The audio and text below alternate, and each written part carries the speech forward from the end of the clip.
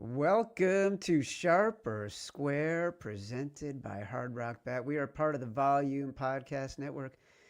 This is the betting show that makes the squares sharper and makes the wise guys pay attention. Very true today. I am Chad Millman. I am joined by my co-host, my companion, my compadre, my BFF, professional bettor, Simon Hunter. Hello, Simon. Chad, how we doing, brother? Man, oh man. I feel like we're awesome because we're going to break down the day, and I think we feel pretty good about where we landed. 3-1 on the day. We got the Chiefs minus 1.5 later tonight. That line is steaming up to 3 in some spots, so we feel pretty good about the closing line value we got there. Our picks from today, the winners, the Panthers plus 3.5, the Steelers minus 4.5, the Raiders minus 4.5. They made it a little bit of a sweat. And then we had the Colts minus 6.5, which we lost. Our last ones out today were the Saints plus 3.5 and the Chargers minus 4.5. So as always, we are exactly where we would be no matter what decisions we had made, because we would have replaced the Colts with the Saints or the Chargers. We're going to get to all of our early leans.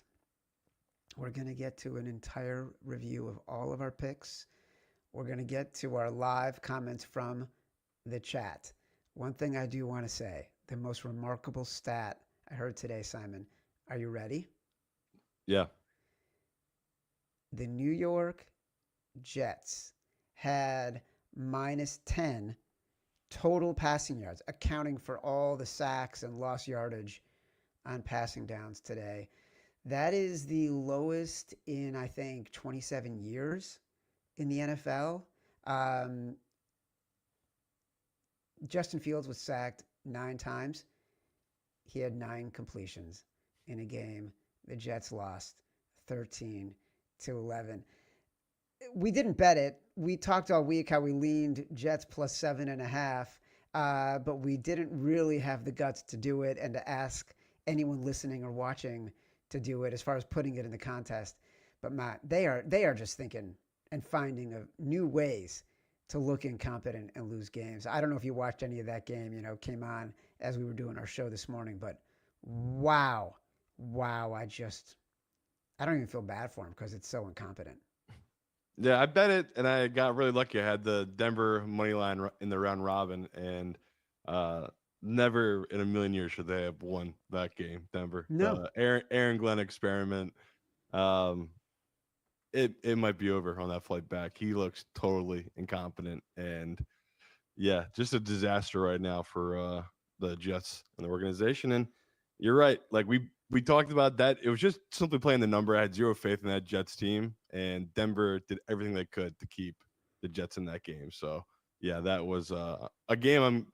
I'm glad it was in England. That's the perfect game for England. Yes. That type of game. So yeah, the Jets get the cover. Should have won in a million different ways, and I can't believe they're what 0-6 now. So yeah, Oh pretty and brutal. 6. Dallas at Carolina. Carolina plus 3.5. Look, kudos to you. On Tuesday, I was non-committal. You were all in. You wanted to make this Simon Says. I came around. I saw the beauty in the play. Um, we've now cashed a couple of tickets on the Panthers. Good for us. Like, the game was kind of everything we thought it would be in the first half, right? Like, weather was not a factor. It was just pure offense. The defense was terrible. Nobody could stop anybody. Back and forth, back and forth, back and forth.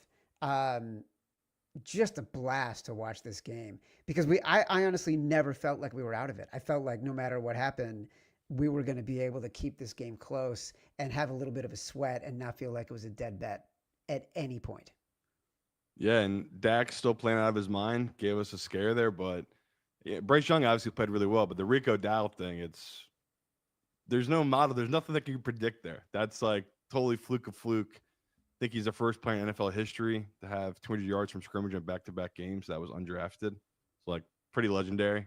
Uh, yeah, that's again, not something we accounted for. We did account for it just being an absolute shootout, two terrible defenses, and yeah, surprisingly, Carolina's defense got the stop they needed to. Like Yes. Bryce Young went 3 and out. They punted it to Dak, and they held him, and they got the ball back. And yeah, the obviously the rest is history. They drove the field, got that field goal, and it sounds stupid because the sample size is so small, but there's real evidence, and it keeps happening. You saw Bryce Young plays better at home. Like Yeah, yeah, for sure. whatever it is, I don't know. There's nothing we can really factor into it, but he just looked more comfortable. Even when they're losing, he kept getting the ball back. He just kept driving down the field, and like we said, Rico Dowell, the run game.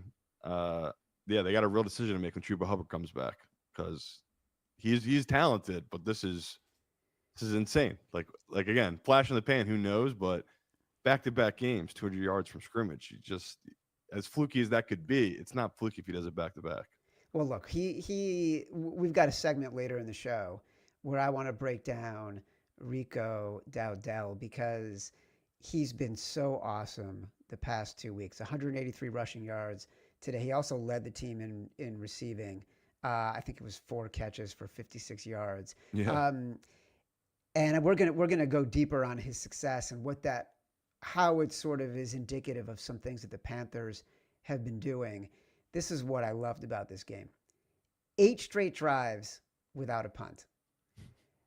The Cowboys had 31 rushing yards. I don't know if you noticed, but in the past 24 hours, like all the buzz and the alerts you get at ESPN for various teams and the headlines, should the Cowboys start thinking about re-signing Javonte Williams now because he's on a 1-year deal and he's going to be a free agent and he's been so amazing? 31 yards rushing today for the Dallas Cowboys. They couldn't block though. Again, that's why this whole Right. Dak thing is crazy. I can't get over how good he's playing.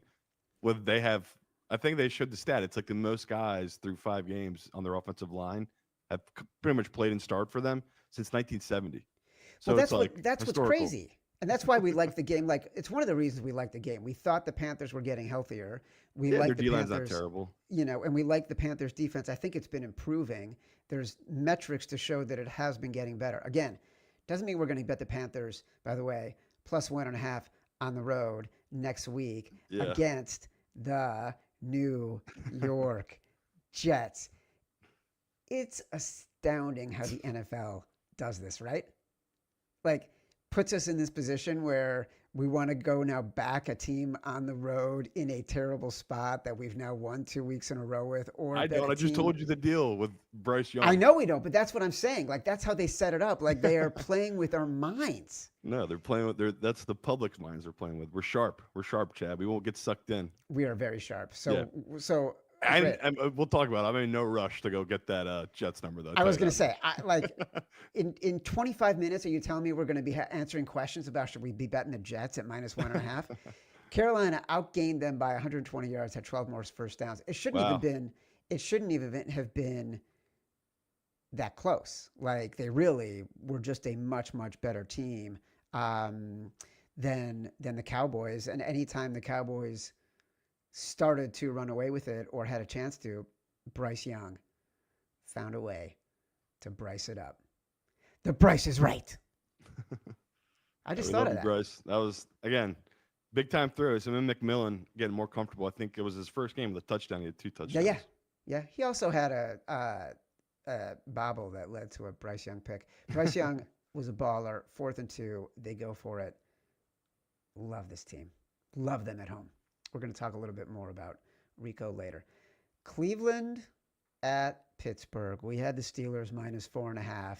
Got a ton of closing line value because this thing closed at 6.5. We'd started betting the Steelers early in the week. I don't know about you. I want to get your take here. I kind of got the sense that the Steelers were going to be very conservative because they knew the Browns offense was going to struggle. It was 9-3 at half.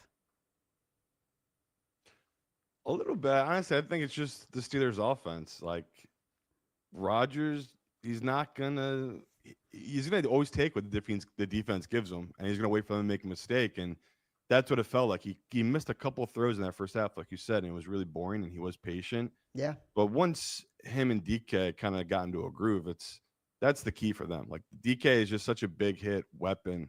Anytime it touches the ball, you could take it the whole way. So yeah, that was honestly went exactly as we talked about how it was going to go.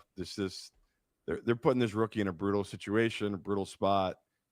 Maybe would have betted a little differently, obviously, if it's Joe Flacco. Like I Yeah. thought he would be able to handle that travel short rest week better than a rookie. And you saw like that, like you said, it was 9-0 first half.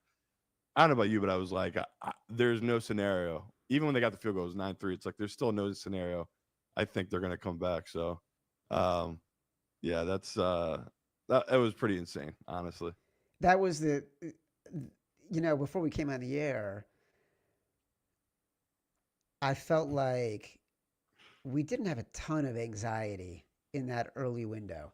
The Panthers was a sweat, but the Panthers, I also felt like the whole time they were in the game. I never felt like we needed a miracle from the Panthers to cover. And the Steelers, they were just in control the whole time.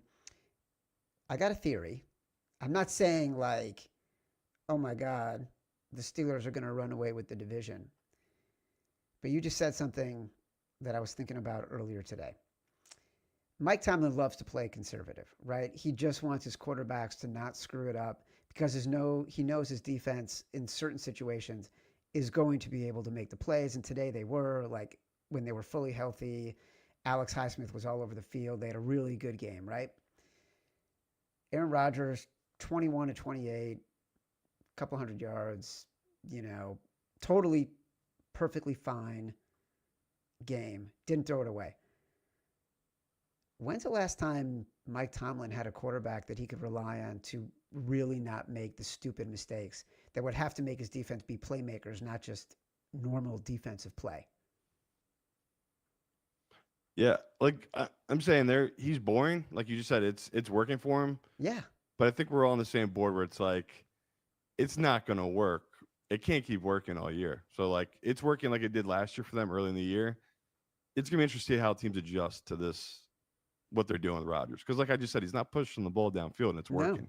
So Well, we'll look, see. their best drive after, they had been struggling offensively. They got a 4th and 4. They punted the ball. There was a roughing the kicker, the punter. They get the first down. The rest of that drive is Jonnu Smith, a 10-yard run, Jaylen Warren, an 11-yard run, Jaylen Warren, a 10-yard run, a couple of non-plays, Aaron Rodgers, a 12-yard touchdown pass. Like, that was sort of the classic Steelers playbook. Take advantage of penalty, drive down the field with conservative play, run the ball, don't make mistakes. Keep Dylan Gabriel throwing it 52 times for 3 yards an attempt. Did you know that? 3 yards an attempt. I mean, that's no, it's gonna be interesting. Pittsburgh defense looked much healthier, obviously, in this game after the bye week. So it's gonna be interesting what they're gonna be like going forward. It's also gonna be interesting with the Browns. They're kind of an unbettable offense, except in the most obvious situations, which is when they are at home as big underdogs. Just at home though, like at home against That's a bad team. Again, they're going to be an interesting team going forward because, like you said, it's anytime we bet them, it's 100% faith in the defense, 0 faith in the quarterback. Well, guess what we get to do this week? Talk about Cleveland as a 1.5-point home favorite against the Miami Dolphins. Already 2.5. It's already up to 2.5. Yeah. Wow. Well, we're not going to talk about that then. Arizona at Indy. This was our lone loss of the day so far. Look, like whether we put Arizona and Indy in, or the Chargers and Miami when we like the Chargers, or the Saints and the Patriots where you and I just couldn't agree, like, or the Jags and the Seahawks where you and I weren't on the same page, like, there was no scenario here we weren't going to lose this game. Yeah, honestly, it was a tough beat. Brissett just played out of his mind, and expected there's to be some fluky plays, but like we joked about, like when he's hitting 3rd and 18s and 3rd and 15s, and there's just guys streaking wide open. I think before the game, like the number 1 or number 2 corner of the Colts got a concussion in warmups, and Anthony Richardson hurt himself in warmups. Like very bizarre. He broke his orbital bone in warmups. Yeah, so yeah, bizarre start to the game. really felt like if Daniel Jones had his ace game, they probably would have rolled and blown him out. But he just didn't play well for the start of the game. Missed a couple of these throws, threw a really bad pick, and Brissett just made big time throws. Like you just didn't expect that out of the Arizona offense. And yeah, it's tough. You bet these big chalk favorites, It's like got you to be said. perfect. Yeah, you just you can't really have the mistakes, and you can't have the other team always just in a weird number, right? There was either they were up by 3 or the game was tied, and at no point it was like, okay, we need kind of a miracle here to cover a 6.5, and yeah, we just didn't bounce our way in that game. So fortunate, like it's the one game that honestly going into it when we were picking through the games, it's like, all right, this one feels honestly easy because we're getting 3 points of value on it, and just a bad number we got suckered into it. Although one of the things that we thought the Colts, if we've been betting the Colts this year, it's been because of Jonathan Taylor. Like we Yeah. talked about how good their offensive line is, how big they are. Jonathan Taylor, once again, on one of their scoring drives early in the game, carried it 5 times for 53 yards, including a 14-yarder and a 30-yarder. We talked about earlier in the week how this guy has more 10-yard rushing plays than anybody in the league. Also, they had a great stat in the game. He's one of 5 players to average more than 90 yards per game to start his career, I think in his first 5 years or something like that. How amazing is that? It's like him, Eric Dickerson, Jim Brown, Walter Payton, like, just Hall of Famers. And Jonathan Taylor. I love Yeah, that guy. and his draft class, I don't even think he was the first running back taken. I think the Chiefs, I forget the name of the guy. They took another guy, CEH. I forget his name. Um, Yeah, yeah, Clyde Edwards-Helaire. Clyde That's Edwards right. Hilaire, right. Yeah, Right. so That guy from yeah, LSU. as much shit as I like giving the Colts GM, that was a nice draft pick. All right. We got to talk about Tennessee at Las Vegas. This was Chad's choice. I made the call this morning that we're going to put this one in. And listen, Geno Smith is really bad. Yeah. Which do you think was the most incompetent play of Geno's? Because he had a couple back to back. Was it when he was pressured and threw the ball inside the Titans' red zone directly to Cody Barton when they were up 17-3 and basically could have put the game away? Or was it when he tried to slide, I think in the next series, and didn't slide and instead banged his knee and came limping off the field? I mean, they're all terrible. My favorite thing was they kept putting up his stats, and it was like 20-3 or 17-3, like you said, and he had like 46 yards passing. He did. Well, look, Just a train wreck of an offense right when we now. talked about this game, my breakdown of it was just give it to Ashton Genty. Give it to Ashton Genty. Just run the ball. Like Tennessee is not very good at stopping the run. Take it out of Geno's hands.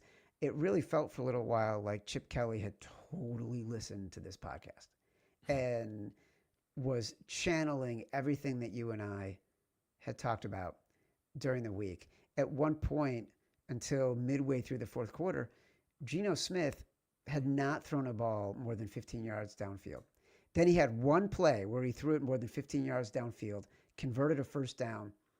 The announcers all of a sudden are like, he's playing great. He's so efficient. They're doing such a good job. He's understanding that his mistakes are coming when he's dropping back and taking too much time. And Chip Kelly understands that it's the mistakes that come when he's trying to get receivers open downfield. Make the quick throw. Don't make it a decision for Geno. Literally, the next play is when he's rushed, just dumps it into Cody Barton's arms. Like, he's the only thing that would have kept that from winning that game. Yeah, Jenkins, and great. Raiders defense did step up. I think a bunch of times they needed big time sacks or big time plays. Overall, Yes. they gave a lot of problems to Cam Ward, and that trend about those quarterbacks, that Cam Ward's going to join it of having these insane comebacks as a rookie and then losing by double digits. It held true. They lost by 10 in this game. So, yeah, that was a unique spot to back a Raiders team that I don't know about you, but it feels like the Jags from last week. Like we got away with one here. I don't know Totally. if I feel like backing them at all, no matter what their number is the next week. I don't ever want to bet the Raiders again. I don't want them. I don't want to. I like there are teams that I just want to take off the board that I feel like Gino will get right. He's just not right yet, like you said, and that's why I don't want to bet him. It's just I can't trust him. the Raiders and the Jags. I don't want to bet either of them anymore. I That's feel like fair. we got our money. We earned it. By the way, we did the right thing in fading the Titans. It's always been scary for us to fade a team that is always, is such a huge underdog, and yet we did the right thing. The Raiders did try to give it away, right? Like Oh my god, I thought for sure we were getting backdoored at the end. I mean, like that back door for anybody who wasn't watching it, and the only reason you would watch it is because you had money on this game, even though it was like one of 3 games. So if you can do a triple box through multiview, you might have had it on. It was literally the corner TV game. Like it was on in the corner of my television. End of the game, it's 4th and 15 from the Titans 2 yard line, and the Raiders don't defend the middle of the field, and the Titans throw a little dump off, and the guy gets the first down, and then the very next play, they throw a long out to Van Jefferson. All of a sudden, they're at the 50 yard line, like with a minute left. I'm like, are you fucking kidding me? That we're gonna give up this game? And then Cam Ward fumbles the ball, and they recover, and it's over. But that one had me standing. It had me standing in front of the television. Yeah, and just I don't know the analytics stuff. Like Pete Carroll had the ball at the 36 of Tennessee. I don't get why not kick the field goal there. Right. Go up, add another 3. Now you're up, whatever that would have been, 16 or 13, whatever it was. And it just, I was like, oh my God, me and Cheddar are really going to get this back door here. But yeah, in the end, it worked out. It worked out for us. All right, let's do a quick word from our friends at Hard Rock, because I want to catch up on some other games that we didn't get into the contest. Today's show is brought to you by our new presenting sponsor, Hard Rock Bet. Week 6 wraps up with a Monday night doubleheader. Buffalo versus Atlanta and Chicago against Washington. Listen to these streaks from Hard Rock Bet Stats Hub. You can find live odds to bet on all of these streaks in the Hard Rock Bet app. DeAndre Swift has scored a touchdown in 5 straight games against Washington, and Atlanta hasn't covered the spread or is an underdog against the AFC in 7 straight games. If you haven't tried your first bet on Hard Rock Bet, there's still time for you to get $150 in bonus bets if you win. Just place a $5 bet, and if it hits, you get not only winnings, but $150 in extra bonus bets. There's new promos every day, so if you're listening to this later, just open the app and check out what you've got any day of the week. All right. So, look, one of the most controversial games that we talked about this week was New England at New Orleans at 3.5. We left it out to save our marriage, frankly. And Drake Maye was great. He was just great, and Vrabel coached him up. And what did you see in that game? Did the Saints feel like the team that you thought they were going to be? Were the Pats better than you expected? Give me your take on that game. Yeah, I mean, honestly, the Saints felt like the right side. You needed Drake Maye to do something that I honestly didn't think he was going to do, which is play out of his mind. And which he did in that first half. He didn't do shit the second half. He Yeah. had 2 huge throws in the second half, honestly. I'll give him credit for that. Were like 3rd and 11 and a 3rd and 7 that were really big time throws. But that first half, he was making these plays that are just like, dude, there's no way this kid can make these plays. Like out of the world, moving in the pocket, just bombing it downfield. It would either be perfectly underthrown or perfectly timed on the receiver's part where like the defenders would just miss.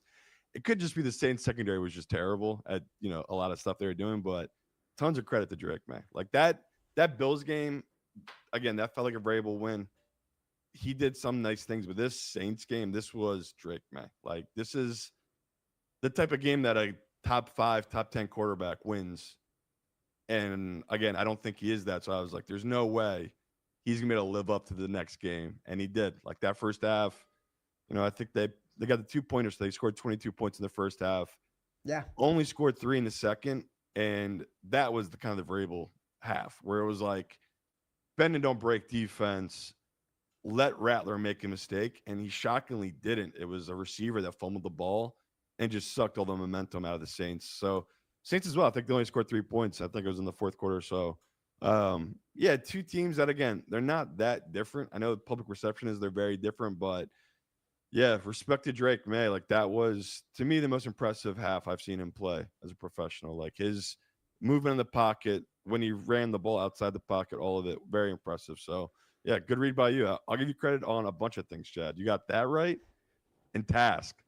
I love Task so much. This No HBO show. way. Yeah, and you gave it to me like early on. I was like, all right, fucking what is Chad? No, I'll check it out, I guess. And yeah, it's It's great. so Like good, right? it's so good. They got the accents right. And like when I was really young, the most kind of country thing I would do is go to the quarries and swim in the quarries. Yeah. And they do it a lot on the show, like all of it. Like yeah, so yeah, tons of props to Chad and Indiana Hoosiers. It's Chad's Oh my weekend. God. It's all coming up, Chad, right now. Dude. Yesterday I watched that game and I feel like I know what it's like for a second to root for a team that knows what it's doing, that isn't winning miraculously, that isn't surprising me when they win. I'm texting a buddy of mine who went to UT, and I've been just making fun of him all season for how we're a football school and it's sad for UT, but they'll make it back. And yesterday I texted him like, dude, big win yesterday. I totally remember those days when we would have those big wins that we weren't expected to win and how good it feels. Like I'm rooting for you guys because Indiana, they're a football power. They're faster than they were last year. They're more talented None of it than they makes were sense, last Chad. year. It's your coach, dude. It, College it football is crazy what the coach does. he is Every such sporting a good matters, coach. but He you is look a at your recruits, it's insane what he gets out of these kids. he's Yeah. but if he stays, that team is just going to get better and better and better. People are going to want to play for them. The NIL We'll money is see. still I got a coming. client who is a Penn State alumni, and he was just joking in our group text. They're just going to fly him an airplane with cash in it. Well, listen, my biggest fear right now is that Penn He's going to Penn State State. is going to go get Kurt Signetti, who's got Pennsylvania roots, and they're going to go get Malik Washington from Maryland. And so basically, the only two college football teams I care about are Get then them going to be both. starting over. That's it. Like yesterday on Multiview, I had Maryland and I had Indiana, and like they're both going to be gone next year. Yeah. But Drake May, he'll be Drake back. May. Drake May. Just to put a period on that, to your point about how good he was 5 for 5 with 2 touchdowns to start the game. Perfect passer rating. In the first half, 11 to 13, 184, 3 touchdowns, including a great throw to Boutte for 29 yards and a touchdown with 31 seconds left. You're right. The Saints kind of kept it exciting. Vrabel all of a sudden didn't seem like the guy who we always count on to cover in the second half because he was just trying to bleed that clock and not let his team give it back to the Saints. He But didn't want the turnover. And yeah, that's why I think he coached it right, where he was like, someone was going to blink, someone was going to make the dumb play. And yeah, just a great punch out by the defender for New England right in midfield and totally flipped the game because the momentum had shifted. Like you said, the New England wasn't doing anything. The momentum had shifted the Saints. And we talked about coming in the year, Vrabel is going to account for 2 or 3 wins. He might get to 3 or 4 of those 3 or this 4. year. Like it feels like he already has 2 wins this year that are Vrabel wins. We set the line at 2.5 and we bet the over on how Yeah. many wins he would be responsible for. Chargers at Miami minus 4.5. Look, good for us that we cut this one out, right? Like we were clearly thinking more clearly when we took this one out, even if we replaced it with the Chiefs. It's kind of the second time that we got by the Chargers in the past couple of weeks. And you nailed this because you said on the show, if this game is under 10 with half a quarter left, our bet is dead. And dude, like the Chargers were up 26-13 and then basically just gave the game away. What the actual freak? Why can't Justin Herbert close teams out? It's getting ridiculous. Respect to him because he did actually come back and win the game, which I'm not gonna lie. I thought like what you thought. I thought they were dead. Like I couldn't believe they'd given up that lead. This was definitely my biggest loss today. Like I had a bunch of adjusted lines bet to on this Chargers team, and obviously feeling pretty good. Like Chet said, they're up 13. Just fell apart defensively. Tough loss, and yeah, that was brutal. Like you saw that number go from I think it opened 5.5, and right before kick it was 3.5 at a lot of Yeah. books. So some really smart money came in on that charge again. That Miami side, they did well. That was a good read by them. It was the classic, Miami hot in the sun. Team is worn out in the second half, and like you said, they basically scored the touchdown and it's instant 3-and-out by Chargers, and their defense Yeah. didn't even catch a breath. Back on the field, right down the field, another touchdown, and yeah, big deal to come back and win that game for the Chargers because, like we just said, they're sliding right now. So you lose that game to a bad Miami team, it's just don't even think about division. You're thinking just can you get lucky heading forward and Yeah. get a wild card? So huge win for the Chargers. We'll have more on the Chargers in shame, shame, shame in a couple of minutes. One more game, Seattle at Jacksonville. Really, I just want to point out that Trevor Lawrence is trash. That's basically it. Like, I'm kind of sick to my stomach that I never pulled the trigger on Seattle. I was nervous about the flipping and flopping and flipping and flopping. And then I passed because of all the injuries to their secondary. But if I'm sick to my stomach about Trevor Lawrence, Liam Cohn has to be like, can I please get out of this contract? Do you agree with me or disagree that Trevor Lawrence is at this point an impediment for this Jacksonville Jaguars team? I don't know that thing because there's also moments where he'll make throws where just like this guy has an insane amount of talent. Insane talent, but I just don't think I like know. he's No, also if so I'm the head coach, I inaccurate. hate him. He drives me crazy. But no, they're stuck. Like Yeah, it's like Miami with Tua. It's like, what are you gonna do? You either need him to get hurt or just have a total tank of a season, and get a different quarterback. Just because, how many times can a Baker Sam Darnold situation happen? These things just don't happen. Usually, turn into what Geno Smith has turned into. So yeah. they're in a tough spot with Trevor. It's like we see the potential. But you're right. He's hindering that team. That defense played well enough to win today. Jackson Smith and Jigba. In our lost tapes, I gave him out to lead the league at 35-1, and I never predicted that he would actually be in the running to lead the league in receptions with Sam Darnold. My God, is their chemistry out of this world right now? I think he had 30 points in fantasy football today. He's out of control how good he is, He's so and good. he felt like he won that game. Like he was just the difference. Brian Thompson Jr. tried to match it, had an insane touchdown call back on a really bad penalty. They're just Seattle. This is an interesting team. Like all the trends for them on the road, they're just a different team on Such a the different road. team. For some reason, they're just a covering machine. Yeah, I'm going to want to talk about Seattle. It's an interesting line for them coming up next week. What do you think is wrong with the Packers right now? That offense, I thought they would destroy the Bengals. The Bengals have been a terrible defense all year. The Packers should have run the ball 50 times and gained 800 yards and scored 72 points against this Bengals rush defense. And they could never pull away. The Bengals stuck around. The Packers could not get any offensive flow. They don't look very good. No, I'm part of the problem. I think I just like a lot of people. I've overrated them based off the one game. And it happens in football. We see a team play potentially their best game of the season, week one against a really talented team that we had higher expectations for, and it couldn't. They felt like they played with their food in a lot of ways with this game. Like they could have pulled away and they could have made bigger plays, and they just do enough to win. They're an interesting team. Like even Golden, him getting more comfortable in that offense, I see that being a huge lift to that offense. Like if you can have a reason for those two safeties to stay up high, that could change everything. Because you see their best weapon is Josh Jacobs. Like Yeah. the run game, the way he runs so violently and so hard, it feels like when he's going, that's when the offense is going. And Jordan Love, when he uses his legs, it looks right, and he is good. But like you said, they don't have that killer instinct, that killer mentality, and they let teams hang around. And they easily could have lost that game. Like there was an opening there for a split second, and no, Jordan Love stepped up, made some big throws, and that's a team I think all of us just all overrated because of week one. And I still think they're a really talented team. I just don't think they're that highest level Super Bowl favorite juggernaut team that we all were like, oh my God, this defense with Parsons is going to be incredible. Yeah. And now we're after week 6. I think all of us are just like, okay, they're a mid-tier defense. They're not the cream of the crop like Seattle. They're actually not even forcing the takeaways they did this year. They're actually less explosive on defense and more vulnerable. They're giving up more yards. They're looking like they don't really know how to put teams away, like you said, offensively or defensively. another interesting team to watch because like you want to bet them so bad. Like I know we both took a taste. You had the Packers alt line -6. What a squeaky bet Yeah. that turned out to be.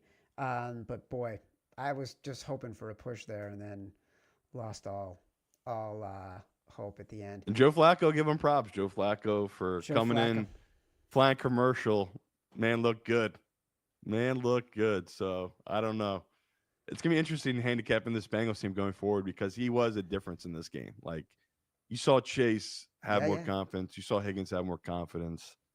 That was something very noticeable in that game. So yeah, they're gonna be interesting going forward. Since it's the Bengals, I'm surprised they even flew him. I thought they just figured horse and buggy or something. All right, let's do your shame, shame, shame, my shame, shame, shame, and then our heroes of the week. I want to get to some reader comment, to listener, viewer comments, and get to our early leans as well. Do you want me to go first with shame, shame, shame? Yeah, go for it. Shame, shame, shame on the Chargers defense. I'd love to blame their O line. I really would, which gave Justin Herbert no help at the end of the game. But in the fourth quarter, the Chargers were up 26-13. Their defense then allowed a 9-play, 69-yard drive and a 13-play, 82-yard drive to take the lead.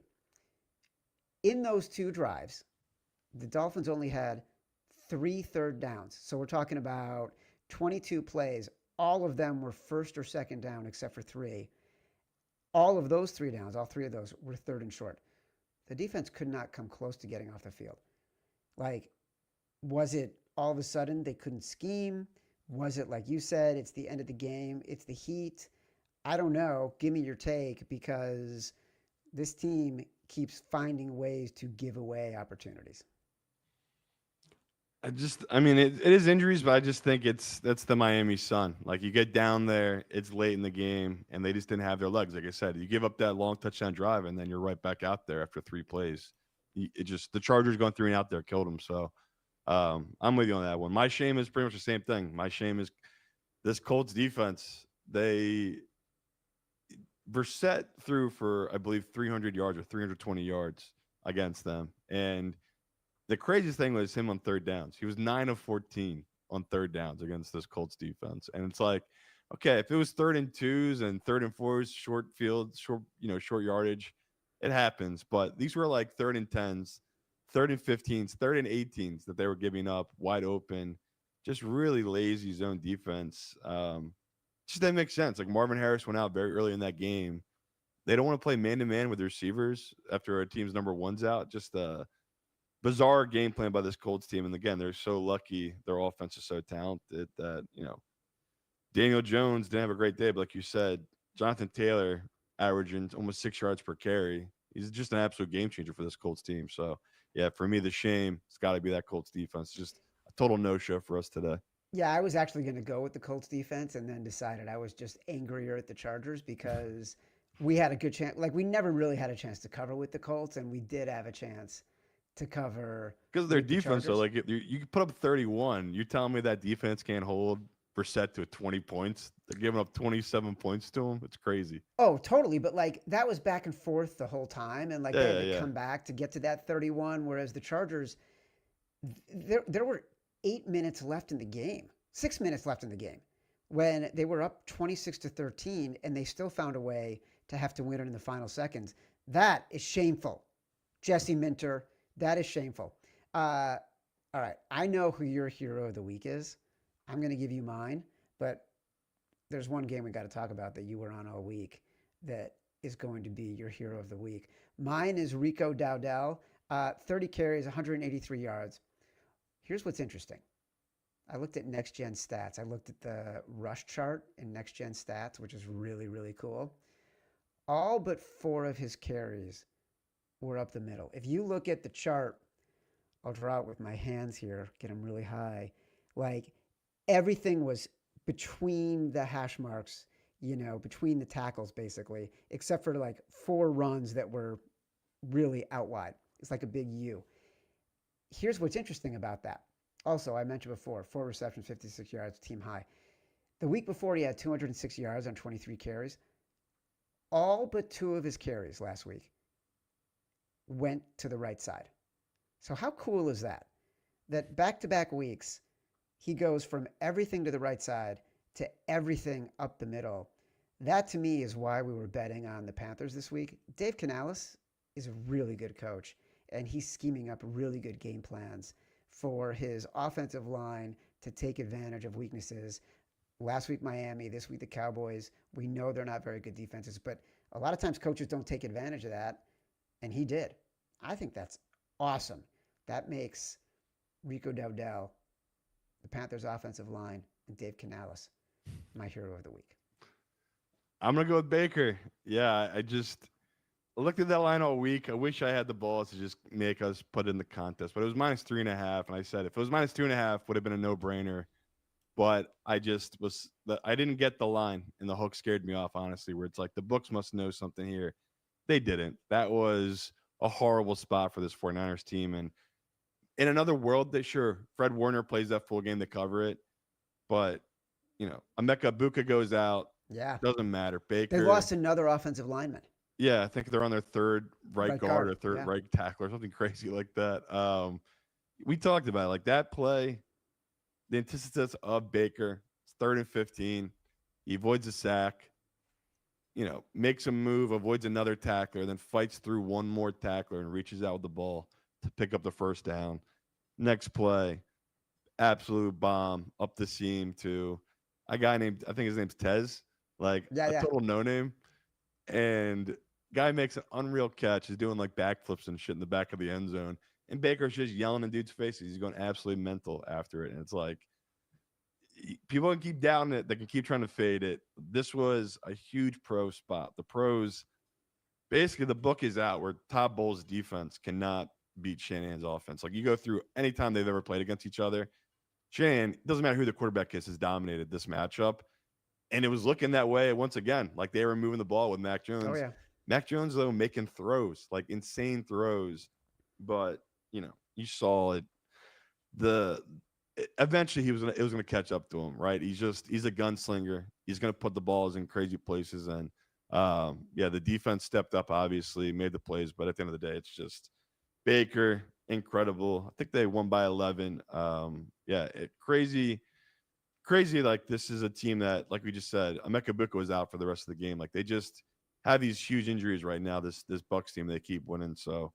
Yeah, I don't know if we'll bet him next week, but I honestly, Chad, I can't get enough of betting this guy. It's the best. It's unreal. And that play you're talking about, the back-to-backs, that 3rd and 14 that he converted, he had 2 guys on his back in the offensive backfield. He escapes. He totally dekes a guy, and then he dives to get the first down, stretches his arm. He's stretching his arm as he's falling, like he knows exactly, he's like looking down the line, he knows exactly where the first down is, gets the first down. That next play, that was improv. Like the receiver broke off his route, and Baker just lofted one. It was one of those perfect NFL Films balls. Like you'll hear the sound,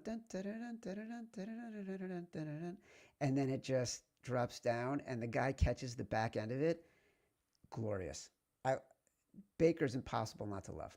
Impossible not to love. True. Like his MVP odds are gonna have to be the shortest when everything reopens in the morning. Like he's just flat balling.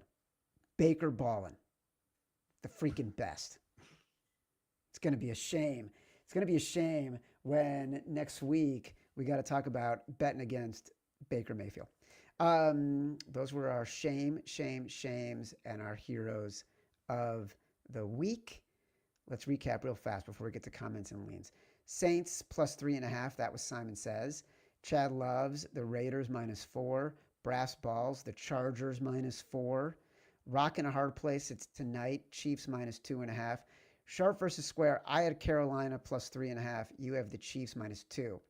Favorite parlay. Raiders cashed. Steelers cashed.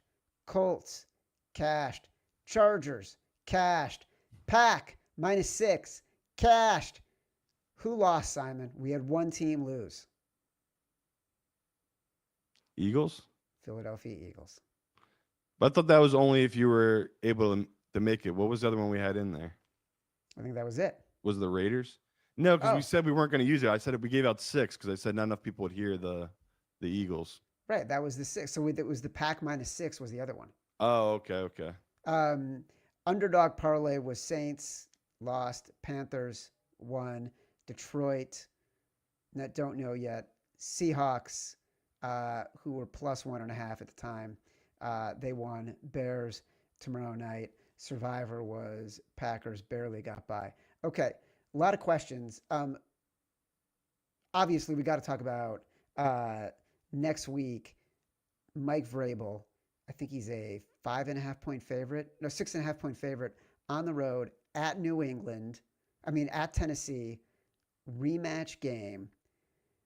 I mean, what do we do here? What's our plan? How like you know how do we not bet Mike Vrabel? How do we not bet Tennessee? This is a question from Jags, by the way. Jagz.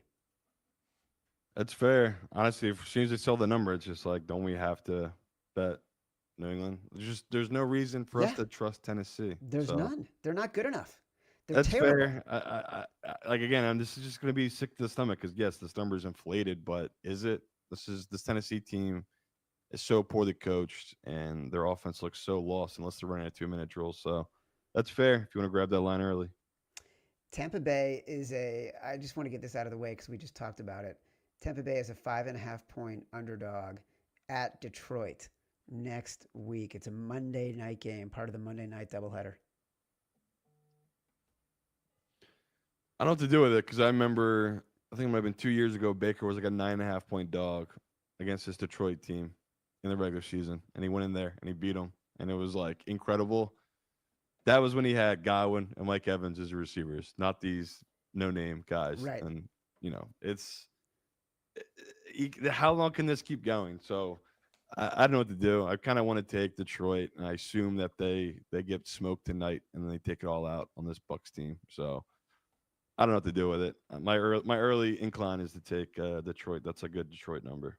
By the way, Allison Norris was the one who was asking about Baker MVP. Like, of course, his odds will. You have to expect. Who else at this point could be leading or have the shortest odds for MVP? Yeah, I blew that one. Like he was 11-1 when we came on Sunday, and I put it in my notes last week to say something. Totally blanked on it, and by the time we did Tuesday show, he was already down to 8-1. Yeah. So apparently, that was still good enough because, like you said, I think he's gonna be the favorite now. The only person I could see still being the guy back up there would be Josh Allen if he wins, obviously tomorrow, or if Goff wins tonight. I could see him if he has a big game tonight against the Chiefs being being up top there. Oh, that's interesting. All right. That's really interesting. Cleveland, as you said, it's now at 2.5 point favorites over This is Miami. just a Hard Rock. I should say that for everyone. I see it at two elsewhere, Yeah, but it's shop around. definitely moving in that direction. Um, what do we think of Jacksonville as a 3 point home underdog against the Los Angeles Rams? I mean, obviously, you know what to think. It's the professional side, the Yeah. Jags, but I don't know. I mean, in the I light don't of know. day, we're going to walk away from all this Jacksonville never bet them again I know rhetoric, we should here. and, This is an and we're interesting going to bet spot. the Jags. Yeah, I'll be patient though. Yeah, I'm Maybe not they'll be rushing. nice and give us the hook. Maybe we get that 3.5. But I do not think the Rams are 3 points better than By the this way, that game Jaguars team. that game is overseas. That is not a God damn game it! in Jacksonville. Back in Just England again. Another England game. How many of these yeah, we got? NFL. Oh my I don't know. god. Well, listen, we're expanding. Yeah. It's a global business. Well, Jags they dominate England, so that's even more of a reason to like the Jags. They're basically the London The London Jaguars. Jaguars. Yeah. Um, who else are we looking at right now?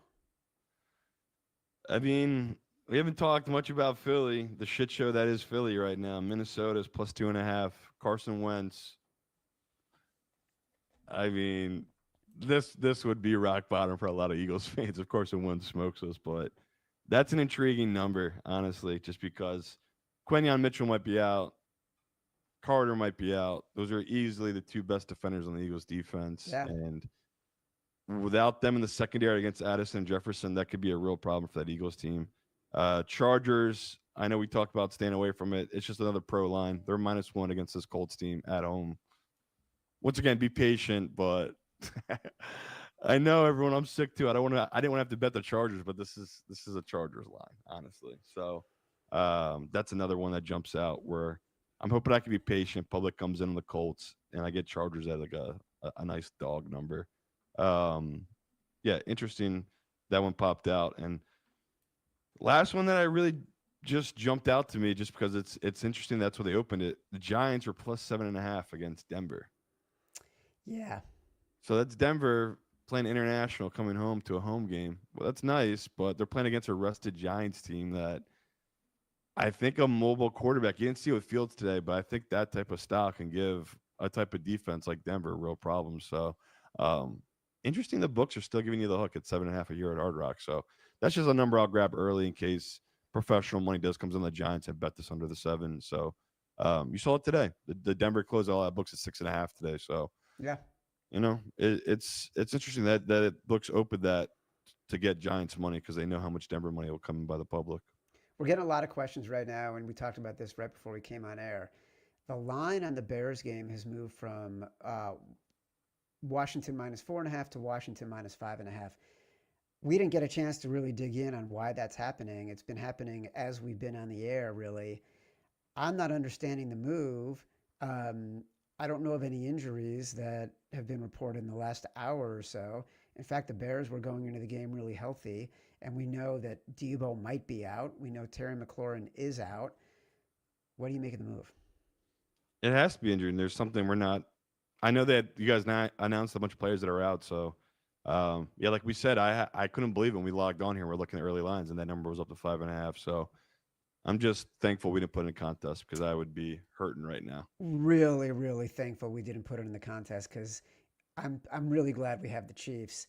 Oh, they're saying the Bears left tackle is ruled out, but Okay. I don't that doesn't actually make sense. That can't be right because the Bears announced that left tackle Braxton Jones was not going to be starting, and it was going to be a guy who had been getting a lot of snaps and had been playing on the offensive line, and it was this dude who Braxton Jones barely beat out in training camp. So that can't be the reason, unless all of a sudden that guy is out too. But then Braxton Jones is playing, who's been the starting left tackle. So I'm not sure that makes any sense. So we're not really getting good intel at this time of night on Sunday as to why that line is moving yet. We've been saying all week though that clearly the professional side is the Commander's side. So just be careful. It's clearly the professional side because it had all week to move from 4.5 with all the news about Washington's health and all the news about the Bears who are coming back, and instead it's moved in the opposite direction. So something's going on. Finally, just to remind people, we're 3-1 heading into Sunday night. We got Kansas City -1.5 tonight. The line is currently 2.5. We've been liking it all week at 1.5, at 2, even at 2.5. And if you didn't bet it, if Detroit drives the field here and scores, take the Chiefs live. You'll get a great number. Exactly. We won with the Raiders -4.5. We won with who else did it? The Steelers -4.5 and the Panthers +3.5. We lost with the Colts -6.5. This has been Sharper Square, presented by Hard Rock Bet, part of the Volume Podcast Network. We will be back with our next Sharper Square on Tuesday to go over the entire NFL slate. Watch or listen on YouTube at Sharper Square. Like this video, subscribe to the channel. Also download from Spotify, Apple Pod, wherever you get your pods. Rate, review, subscribe, leave us 5 stars, say whatever you want. Feedback is a gift. Until next time, love you.